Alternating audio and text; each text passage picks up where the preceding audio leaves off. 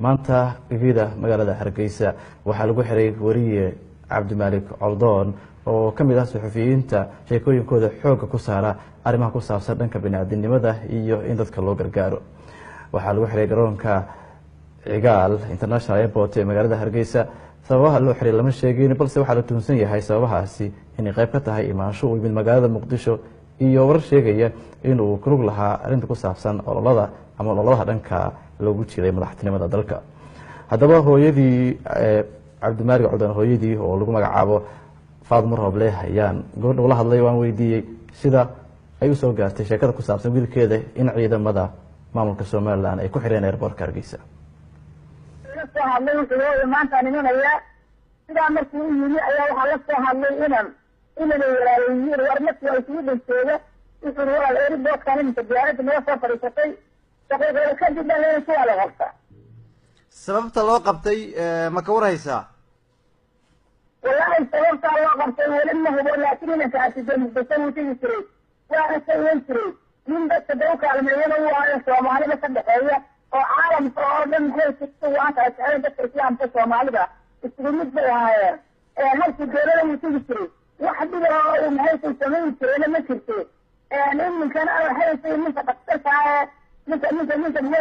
halkaas jooga ninka dhaqtarka yaalla ninka lacagta u keentay jiray dhaqtarka jiray ninka lacag sidii u jeeyo ma garanaysaa waxaan ku weydiiyey waxaa lagu eedeynayaa sida aan maqalnay in uu Muqdisho tagay uu ka qayb galay olole siyaasadeed arrintaasi ma la socotay adigu maya siyaasadii anigu waxaa sababta leeyahay warna kama hayo siyaasadda weligii muu gelin dowladda sababta ma laha maxaa yeelay ninka maanta taageeranayo ee farmaajo ninka uu taageerayo waa taageeray caalamka oo laga taageerayay anigu ninka lagu qabsi garan maayo maamulka Soomaaliland iyo kan garoonka ma la hadashay oo si aad xog u weydiiso ma xog lagu sheegi maayo idan kala hadlay ma jirto min baan la soo hadlay inaan ka adalan dadka la soo siiyay inaan ka adii si ay diga xaysanaysa iyo qabtaan oo aan taas la socodaynahay wallahi horta ilaa bal maqrita ayaya wada tatay haystaan iyo waxay ku haystaan inaan ka weeyaan in la soo daayo iyo inay dadka kale u haystaan sababta waa mushkilaya ilaa inta marka la qabtay si ay dib u wareegsan la yiri waxay kadibka ay soo saaraan la kan qaadaya wiilkaagu dabcan wuxuu caan ka yahay baraha bulshada iyo warbaahinta sida aad sheegtana wuxuu ku jiraa olole dadka loogu kaalmeeyo sidoo kalena de aragtidiisu ay caddahay marka la eego sida uu wax u tabiyo marka aragtidiisa adigu sidoo arkaysay sanadihii dambe iyo sida uu bulshada dhexdeeda ku ahaa sidoo u fahmaysay waxaan arkay beenin dhalinyaro oo maniga u komxeysay inta uu soo kala qaaday oo wax faraya oo dadka siyaasadda kaalmeynaya oo Soomaalida maxay la garab taagan oo aan isagu maxay wax siyaasadda iyo wax dawladda mid la ku jirin oo isagu maxay dalihiisa lagu gudbiyay dadka kaalmeynta islaamka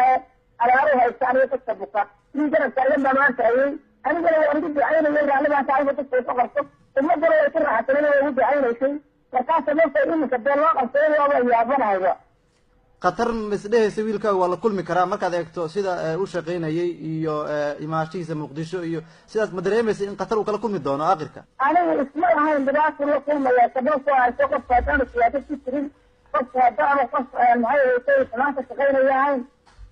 qof faadan dawlad mid ma wax ka sheegin taawada isma ahayn nin Soomaaliyeed dhalinyaro oo fikrada leh oo dadka u shaqeynaya oo dadka silsilay oo dadka maxay haysay bikood oo dadka awaarta haysay ay qabsanaya arku aan dadka kaaniyada ilaahay jamin way kala kulmaysaa halkaan dhibaatada waxaan maqlay gaarta caadi gaarta ma aye goorma la xiray marka waxa markii diyaarada la xiray dadka ka soo waa gartay diyaarada la xiray insha Allah ka soo leeyahay weli ma la hadashay marka xukuumadda ما حدا ولا Cabdimaalik maxay baa loo xiray والله أنا وقت ما عدلا كنت عدان دور عدلا waa gartay dadka qaar waxay hadal hayaan in madaxweynaha Soomaaliya farmaajo ay kulmeen taageero u muujiyay arrinkaas wax loo xiri karo ma tahay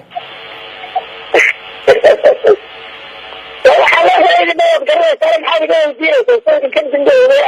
الكيسات لا تريد haye وكم ساعة ما يبغون تعيد واحد بالشارع هذا ولا هذا كم سنة المدرسة si wanaagsan وحلا الرأي دي اللي بتاعه حاجة هرمون يسكت يسوي aragtidaada marka in ra'yigiisaas uu dhibto madaxweynaha Soomaaliya taageer sida u aragta adiga كاسم ولا بكرة